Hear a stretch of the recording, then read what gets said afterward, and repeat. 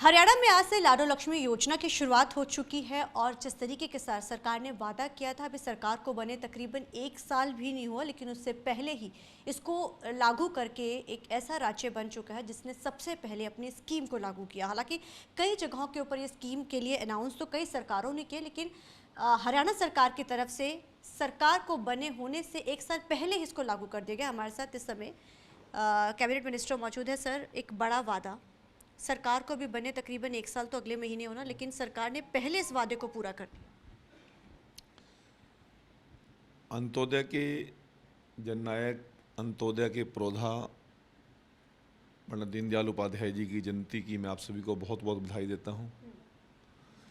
उन्होंने सबसे बड़ा एक हमें फिलॉसफी दी और जिस फिलॉसफी को लेकर भारतीय जनता पार्टी की पूरी सरकारें पूरे देश में काम कर रही हैं, देश में काम कर रही हैं, और वो हमें जो मूल मंत्र दिया, जो अंतिम पायदान पर जो व्यक्ति खड़ा है, कमज़ोर है, लाचार है, बेबस है, आर्थिक रूप से, शैक्षणिक रूप से जो पिछड़ गया है, उसको किस प्रकार से मुख्य धारा में शामिल किया जाए, उसको लेकर पंडित दीनदयाल उपाध्याय जी का जो सपना था उसको साकार करने के लिए पिछले साल चुनावी वर्ष में हमने एक वायदा किया था, संकल्प लिया था कि तीसरी बार हरियाणा प्रदेश में हमारी सरकार बनेगी।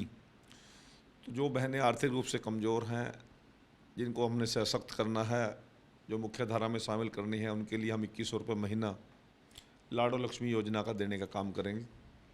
आज मेरे लिए खुशी की बात है कि हमारे विभाग ने पंडित दीनदयाल उपाध्याय जयंती के अवसर पर दीनदयाल लाडो लक्ष्मी योजना ऐप तैयार की और पंचकुला के ताऊ देवीलाल स्टेडियम के अंदर हमारे प्रदेश के लोकप्रिय मुख्यमंत्री, सौम्य मुख्यमंत्री नायब सिंह सैनी जी ने उस ऐप को लॉन्च किया। और इसी प्रकार से 200 जगह हरियाणा प्रदेश के अंदर हमारे जितने भी केंद्रीय मंत्री हैं, हमारे कैबिनेट मंत्री हरियाणा के हैं, सांसद हैं, राज्यसभा सांसद हैं, हमारे विधायक हैं, हमारे चेयरमैन हैं, जनप्रतिनिधि जो मेयर हैं, जिला परिषद के चेयरमैन हैं, हम सभी ने 200 जगह पर लोगों को और बहनों को इस ऐप से जोड़ने का काम किया। और 23 साल से लेकर 60 साल तक की आयु की जितनी बहनें हैं वो इसका लाभ ले सकती हैं, जिन परिवारों की आमदन 1 लाख रुपए से कम है। और परिवार में जितनी भी महिला सदस्य होंगी 23 साल से ऊपर की और 60 साल से कम की, उनको हम लाभ देंगे। और वो परिवार 15 साल से हरियाणा का डोमिसाइल होना चाहिए। एक ऐसी ऐप हमने तैयार की है जिसमें किसी भी बहन को अपने घर की दहलीज पार करने की ज़रूरत नहीं है। अपनी छत के नीचे स्वयं अपने फ़ोन पर अपने आप को अपलोड कर सकती हैं।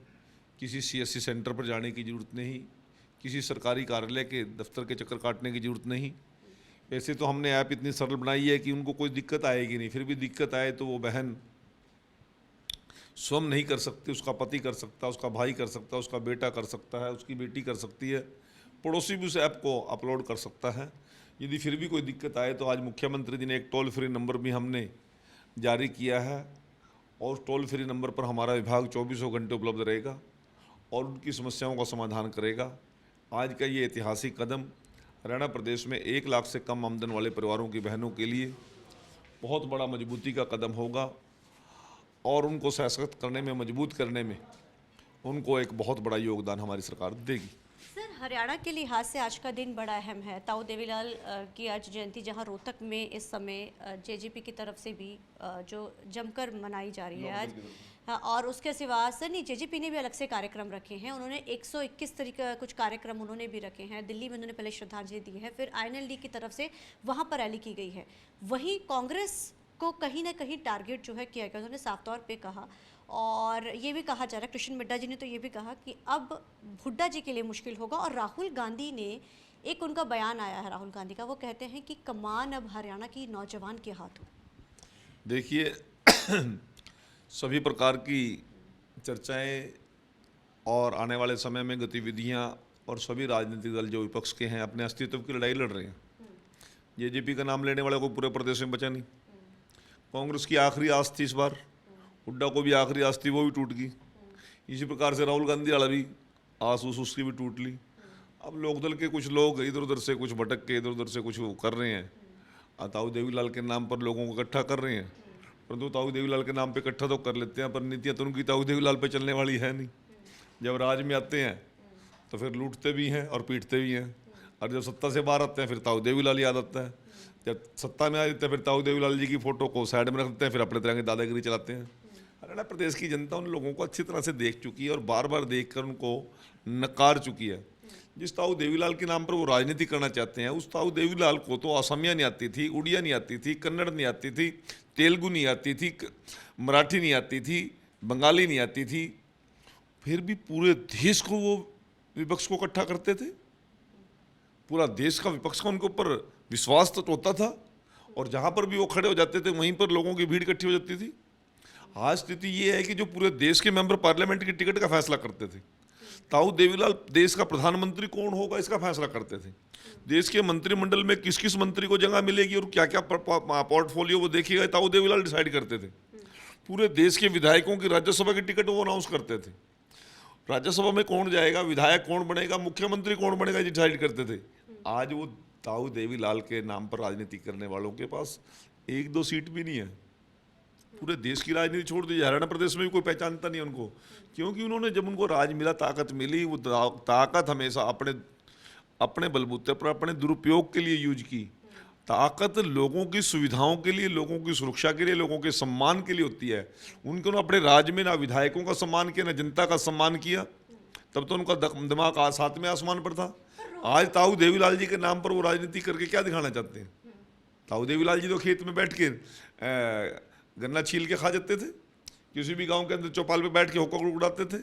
इन लोगों को जब इनका राज था तब तो ये 5 स्टार से नीचे बात नहीं करते थे, बिस्लरी की बोतल का पानी पीते थे। आज कहाँ ताऊ देवीलाल की रीस कर लेंगे।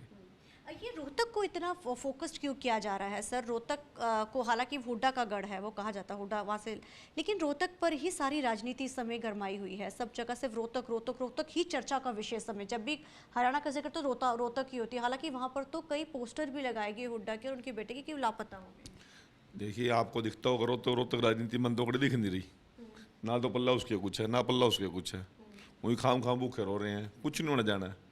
पूरे प्रदेश के अंदर यदि कोई दिख रहा है तो नैबसणी नैबसणी नैबसणी, और देश में दिख रहा है तो मोदी मोदी और केवल मोदी। धन्यवाद सर।